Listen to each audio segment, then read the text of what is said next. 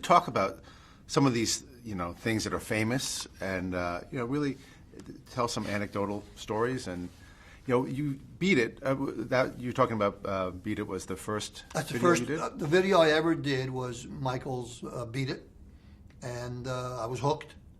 And that was really one of the first videos on MTV, or that was done. One of them, wasn't it? It was a video that was historic in many ways, obviously, but one of the ways, and most people don't realize this or the importance of it, was that it was the one of two videos that Michael's people had to go pry open MTV at that time, Bob Pittman, Les Garland, to say, enough, time to play black artists.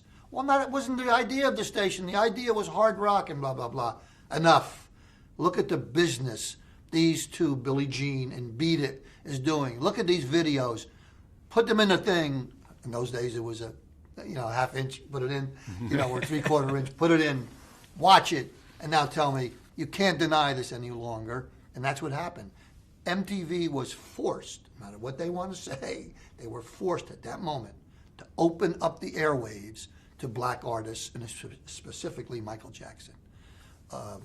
Others had Rick James, others had protested and fought and threatened lawsuits because they wouldn't play their videos, but it was people who went with Billie Jean and Beat It and put them in and said, deny it, deny the world this, based on these numbers, and they couldn't, and the rest is history. So it was famous in a business sense as well as it was creatively.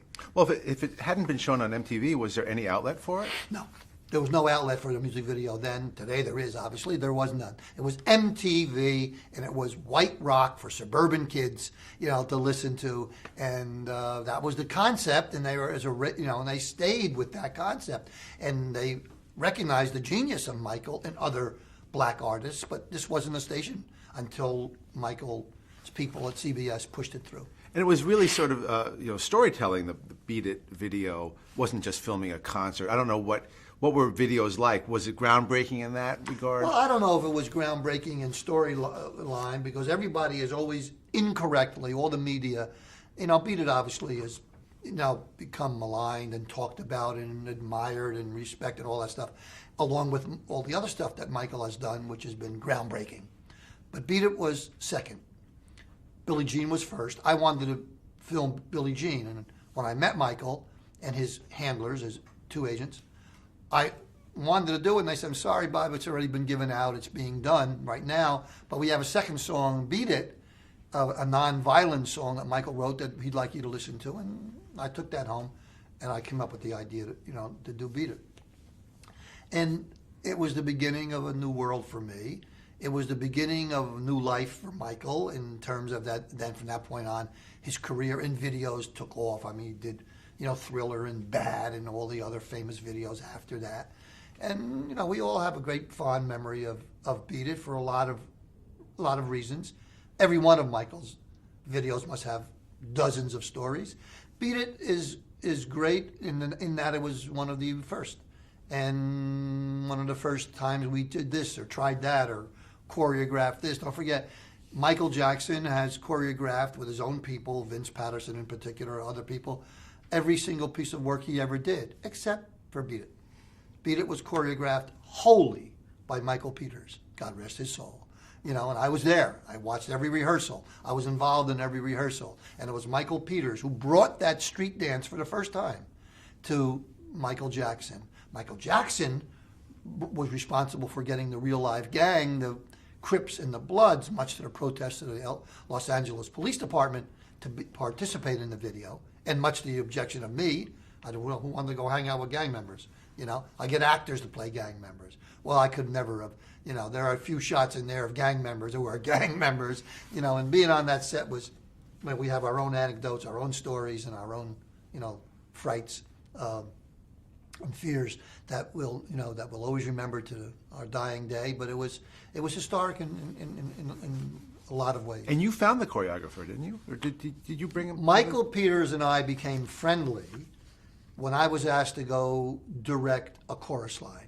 At the same time that I was doing videos, I was becoming popular in advertising business of doing what was then the beginning of the show advertisements. The first one was Pippin, if you remember way back, directed by Bob Fosse. The second one was A Chorus Line. And they asked me to go watch A Chorus Line. I fell in love with the show. I met Michael Bennett, the choreographer, director, and they asked me to do the commercial. And I came up with the commercial as it is, you know, the dolly along the line of all the people with their headshots bringing it down, and then a little bit of dancing, and that was A Chorus Line. And the choreographer was Michael Peters. And while Michael Bennett was maybe too big, maybe I think a little frightened of the medium of film, and he stayed in the background, Michael Peters came forward and helped me craft A Chorus Line, and we became friendly. And then I was asked to do Dreamgirls, and Michael Bennett, again, directed that show. Michael Peters, his assistant, and again, Michael Peters came forth and helped me put together that whole Dreamgirls commercial. Then I was asked to do, based on those and others, Michael Jackson saw, he asked me to do Beat It. I instantly asked Michael Peters if he can take time off of his shows and choreograph Beat It. And I gave him the role in the white ermine jacket as one of the gang leaders. I gave Vince Patterson the role as the white gang leader, and Michael Jackson in the middle, because he had to make peace with two gangs. That was the story of Beat It. And what it was, and to this day has been totally incorrectly stated, that it was based on West Side Story. I had no idea of West Side Story when I wrote that. Nothing to do with West Side Story. Nothing. People could say, "Are you crazy? It mirrors it so much." It was never in my mind. What was in my mind was me growing up in that Paterson, New Jersey neighborhood, trying to act tough, making believe we were tough, when at the end of the day we were not very tough at all, and we would run from anything that was really bad. And that's really the basis of that gang coming to peacemaker in the middle, and that's the inspiration behind Beat It to this day. The tie your hands knife fight that I engaged Michael Peters and Vince Patterson in, that Michael Jackson interrupts, was based on a story that I heard in the neighborhood of two gangs in the Bronx, who two leaders ended up tying their hands together with real blades and killed each other. That was a true story. And I always thought it was a little dumb, but fascinating. And that was the basis for them tying their wrists. I don't even know anybody even knows they tie their wrists and they fight with what was perceived to be rubber knives, but I did something very weird. And on the first take, I stopped the take in the middle. I said, "Oh, sorry, a problem with the camera. Let's do it again." And I called the AD over, then Dick Ash, and I told Dick to change the knives with switchblades. And he said, "Are you crazy? These kids always rehearse this with rubber knives. You can't do that." I said, "I could do it. They will, as soon as they click open, their energy, their adrenaline, they will not hurt each other. Trust me." And the minute they got tied and they just handed the knives and they had nowhere to go, the music started playing and they, and they were real switchblades. And if you watch it to this day, you can see them really tentative with those knives, not wanting to cut each other's neck off, So there are lots of stories, but the fact of the matter is that, for the record, it had nothing to do with West Side Story. It had a lot to do with a bunch of punks in Paterson, New Jersey, making believe they were tough. So, even though you started as an art director, I really think you're more of a writer. If you had to, even though maybe that wasn't your job, but you have to be a writer. And you're a storyteller, so a storyteller is a writer, or both. Yeah, but I try and go by way of the visual. As you can see, my short story. That's why I like short stories and not feature films. I like the condensation of getting to the point. And I like using visuals as information. And when people read my scripts, even long scripts, read them, they always, whether they like them or not, they always say that I can see what you've got. They're clear, they're definitive, they're visual. I write in a visual way. And that's from my advertising training, without question. And I don't just mean writing a script, but the sensibility of a writer on the set. You're a storyteller, and I think that's what you like to do the most. That to me was what we would make, what I wanted to make different in the video business. They were performance videos well before mine, but there weren't a lot of storytelling videos There were some, but I mean, not really story. And I was criticized for it. I was totally criticized for Hello, the video with Lionel Richie, by, the elite British directors, British video directors at the time, who thought it was saccharine. It is, and there was no place in the music video business for that. Well, history will show that it remains to this day one of the most popular videos of all time. Certainly one of, if not Lionel Richie's most popular video. And it's a saccharine love story and the girl I came up with who's blind, sculpting Lionel's face in art class, had nothing to do with the song at all. Lionel used to say to me, Bob, that's nothing, I didn't write that. I said, this is what I think of when I hear your song. If you want to write the scenario, you want to write it, go write it, and I'll see whether I'll direct it. But unless you do, this is the story I want to direct. And to this day, you said, Bob, that was the best thing we ever did, But we were criticized for that. And Say, a little story based on Mac and Jack, Jackson and McCartney, traveling as con men, traveling the West as con men.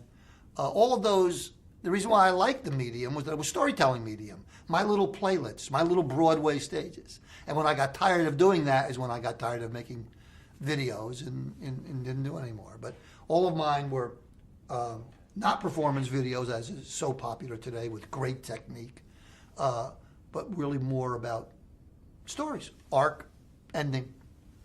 So when you first did Beat It, that must have been, coming from, doing advertising commercials, was it very liberating just to be able to... Well, it wasn't so liberating that I didn't come this close to walking off the set.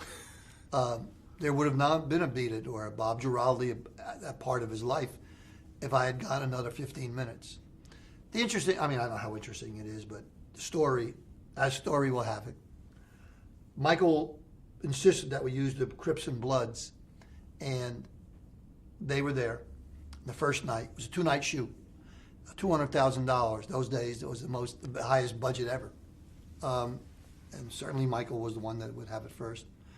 And we got there and we shot in the pool room and then walking and some dancing by Michael, strutting the story. And then we got to the warehouse and I was just going to rehearse a little bit and not shoot that until next night. Because it was a tough shoot. The Crips and the Bloods hate each other.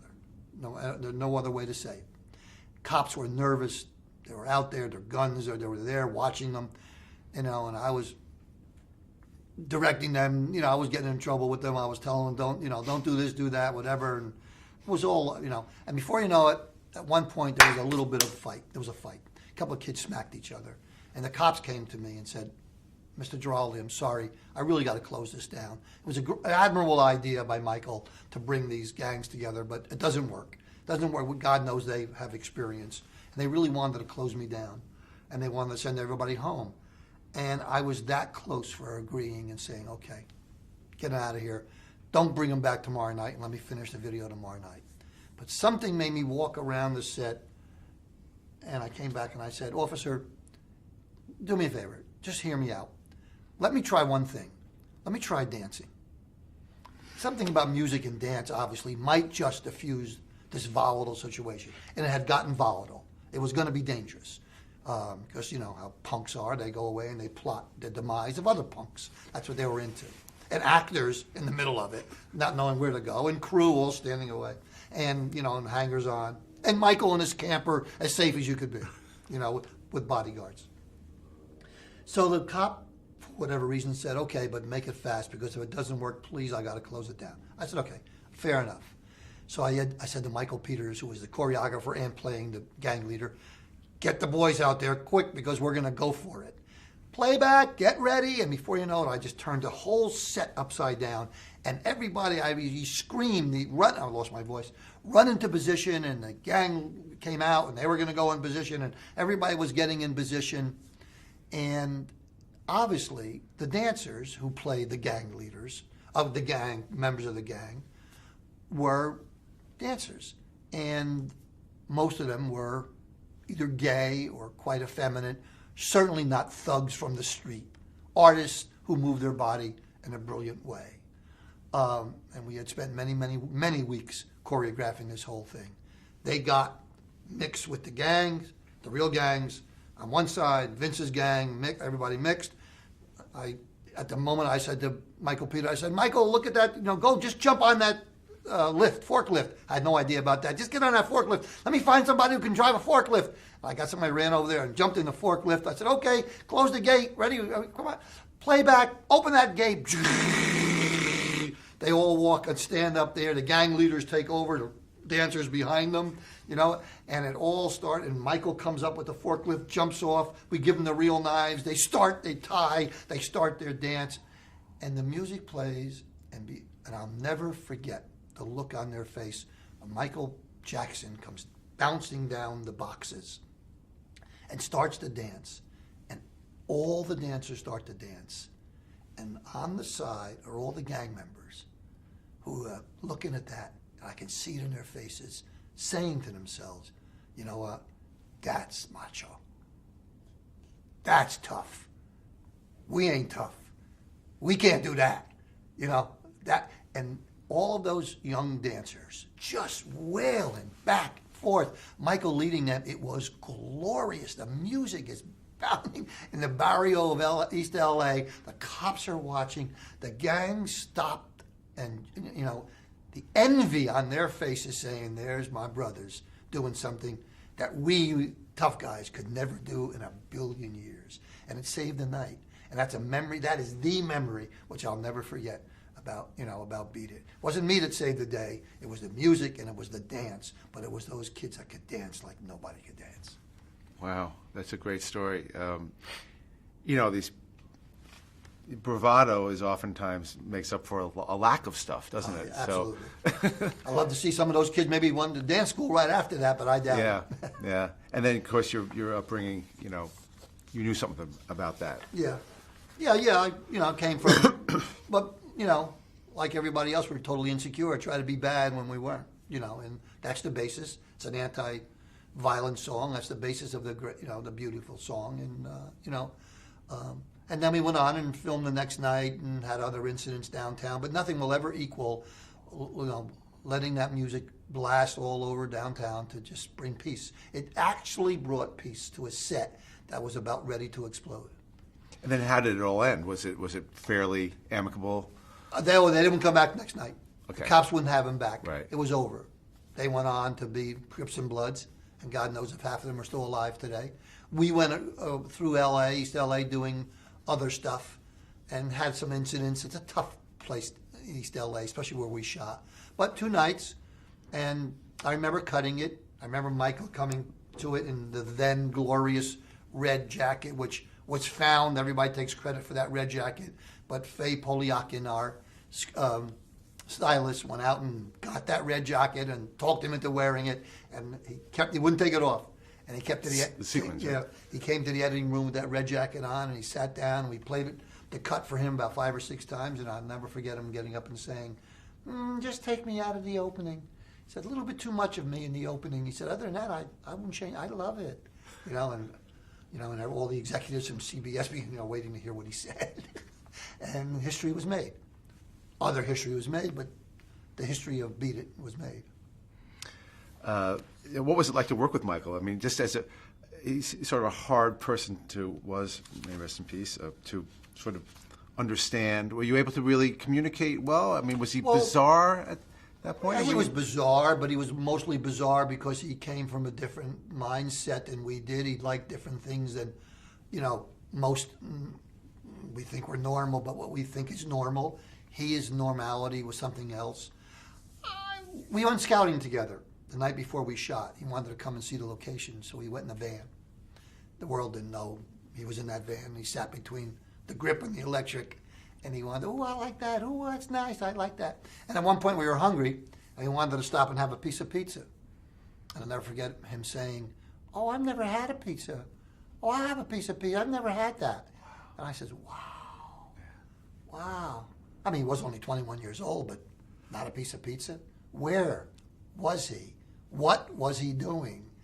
besides making music or listening to his family. It was a fascinating. I have a lot of love and respect for the Michael I knew. I did not know or associate with the Michael that went on to later years. I knew Michael when he was 21 years old, making the videos. We did 3 things together, 1 commercial and 2 videos, and I have only the utmost respect. And I go back now and I watch him dance, and I realize that, since his death, we lost, and not much has been said about the fact that we really lost one of America's great artists. A lot of politics, a lot of hangers-on. Marlon Brando's son takes a lot of, space now talking about what happened, didn't happen. But we don't really mention the fact that we really lost one of our truly great artists. So we were talking about Michael Jackson and the Beat It video, which was, really an eye-opener. For me, I remember seeing that and just being thrilled. And that led to, I guess, the Pepsi commercial. They figured it led to McCartney. McCartney, never to be left, behind anybody, called and said, Bob, come over to London and let's talk. And that led to Say, a McCartney Jackson duet. And I featured Linda, who I like very much. Linda, his deceased wife and mother of most of his children. I really dug her, and I knew a man she used to go out with years ago, and she was a good lady. So I related to her, and I wanted her in that. So I put her in that and created Michael and Paul as the Mac and Jack touring con artist. And the most interesting memory I have about Say was that we got out to Santa Ynez territory where we shot it, out where Ronald Reagan had his ranch, a great part of California. And he asked me to go for a walk with him, Paul. So obviously I went for a walk with my favorite Beatle, who over the years now has since become not my favorite Beatle. I kind of, in my later years, admire John's, what I think John brought to the table more. But Paul took me for a walk and got me high, as is always his, at 4 o'clock in the afternoon, as is his wont every day, and proceeded to tell me and plead with me not to get him to dance opposite Michael. And I laughed and I said, who would I ever put up against Michael Jackson? That's not what this is about. This is not about showing one person over another. But he was so insecure about being and performing next to one of the world's great dancers. And I said, no, you're just going to romp. It's a romp. It's a playful romp of 2 con artists, and that's what we're going to do. And you do what you do, he'll do what he does, and yes, you can be guaranteed that I'm not going to. You'll not compete. So if you see Say, you'll see that I was always very, very, very careful and conscious of keeping them, equal time, equal angles. It was all the egos were insane. And in fact, I didn't endear myself to Michael or Paul when later on being interviewed, because I was young and a punk and full of myself. I was riding a wave as the video director of the moment and all that du jour stuff, which all means nothing because it all goes away. What comes up goes down. And I was interviewed, and they brought that to my attention. How do you handle such egos of like Michael and Paul's on the set? And my ridiculous answer was something to the tune of, there's only 1 star on my set. That's the director. I was no more than home. An hour later, I got a call from Michael. What, did you really say that? But Michael, you have to take it in context. How many people have said, I was misquoted. You have to listen to it in context. Fact is that I was stupid and I said something ridiculous. But it was the volatility and the beauty of the years of, music videos becoming popular. And Say had a great energy and was used for years after by McCartney at his concerts and all, because it was a great song, a fun video. They, it included LaToya.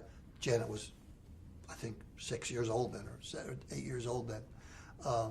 And it's, part of the history of my run. And from Say, I went to do BBD&O, got the bright idea to use the world's biggest star, Michael Jackson, to sell their Pepsi. And they asked me to do the first commercials, because the world kind of forgets that one commercial was done on the street of little Roberto, that wonderful gifted kid wearing a red jacket, bumping into his hero and doing a moonwalk the way Michael did it and all holding a Pepsi, whatever. And then the next day of shooting downtown Los Angeles, the concert, as it was called, and then the horror of Michael's injury, and the aftermath. And when he died not so long ago, and I was one of many people that were called because I had a relationship with him at one point, and people call and ask story after story, and the media, as ridiculous as it can be, starts to conjure up old memories and old incidents. They got to me about that incident and accused me of putting it on fire purposely, and was just all ridiculous stuff. And so I didn't answer the phone any longer. And everybody had their 15 minutes of fame based on Michael's death, and it was very distasteful to me. But that's my relationship with Michael. And after I saw him in the hospital, he was okay. He was injured, but he was okay. He was going to live. We saw each other a few times afterwards, and that was the end of my relationship. So I only knew him in those early 20s, and not the person or artist that he turned out to be. At that time, you were running a commercial, shop, as they call it, and you have to keep making commercials to keep pay the bills. And how were you able to? It seems like you spent a long time on these videos, and they had, I guess, okay budgets, but how were you able to go off and really spend? It seems like it must have been weeks. Well, or more even. There were weeks, but I'm, again, the multitasker that I am. I was able to maneuver and walk, do my commercials. Don't forget the fact that I was hot making videos then helped the commercial reputation and my reel. Oh, let's call Bob. He just did this with Michael. That star thing rubs off always on people by association. So I was able to. It wasn't all that hard, but now I finally had something else I could look to, and from the commercials, the videos came other videos, and Lionel Richie and Stevie Wonder and Diana Ross and Barry Manilow and Jean-Michel Jarre and and Earth, Wind and Fire and blah blah blah blah. The one that probably is as famous or near as famous as Beat It, which will go down and will stay on the side in history, is Pat Benatar's "Love Is a Battlefield." Every time, it's fantastic. Women to this day, oh, you did that, you did that video, Micah. It was a mantra for girls, and Michael Peters choreographed that one too. So I was really caught up in that, but then I would go home and I would do a commercial and a commercial, and then I'd go do a video. So I was really working a lot, but it was commercials and videos that occupied my time in the middle to early 80s to early 90s. That Pat Benatar, that has that dawn shot, right? That magic hour dawn. Walking away now. Yeah, it's really down by the very memorable. West River. Then those were the days when, well, you were probably the most famous, but commercial directors in this field would become celebrities. I mean, I don't think that is the case now. I think within our business we know who are great directors, and no commercial director has really ever become.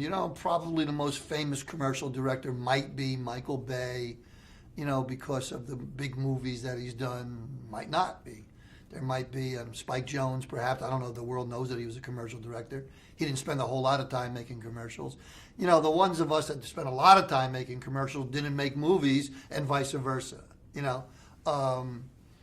There might be others that have moved on to make great movies that started making a commercial, but what actor hasn't been in a commercial? What grip or AD hasn't done commercials that does great movies today? So, it's a cross-platform. Even then, it was a cross-platform. But when the Michael Jackson Pepsi commercial first aired, I remember that was a huge event. That was a huge. Yeah. Oh yeah. I mean, bigger than any movie at the time. I mean, and I remember. I mean, everybody knew when it was going to be on, and you didn't see much of him, right? No, he beginning? also wanted to make sure. He also didn't want to carry hold the product. And Pepsi doesn't talk much about that, but the man wanted to endorse it, but he didn't want to hold it. He didn't drink soda. It was Right. not in his diet. Right. So he would certainly endorse it. He didn't find anything wrong with it. It just wasn't for him. And at the same time, that was the time when the Jacksons were rebelling as a group, and I will never forget the marvelous party they had to announce the commercial shooting at Tavern on the Green. The Jacksons and Pepsi come together. You're invited to the press party to announce this marvelous collaboration and commercial event, and they came out with shades on. And Pepsi went nuts, and the agency BBD&O said, "Bob, you've got to go talk to them about taking their shades off." I have to go talk to them about taking. You're paying them $5 million at the time each to come out and represent your product, and you want Bob to go tell them to take their shades off. Sorry, that's yours. If it has something to do on the set, I'll deal with it. But this is a party. It's a press party. I'm invited. And they went and tried. They came out with their shades on, and that was the beginning of what we thought was this tough. Imagine the Jacksons being tough guys, But the shades were a way, I believe, to this day, for the Jacksons and especially Michael, to tell his father and the world that we may be endorsing a product, the biggest stars ever to endorse a product to that point, but we're still rock and rollers. That's what I believed, and that was the way they kept their integrity. Was his father, Joe, a big presence and factor when you were? He was never a factor in the videos, but he was certainly a factor where the big money was concerned when it was Pepsi. And I don't have anything nice to say about Joe. I don't have anything really not so nice to say about Joe. We never clicked or connected. It's like two guys looking at each other saying, "You stay over there, I'll stay over here," because Crips and the Bloods. Yeah, Crips and the Bloods. And I think the world has their own opinion of Joe and what's happened, and probably some of it's true and not all of it.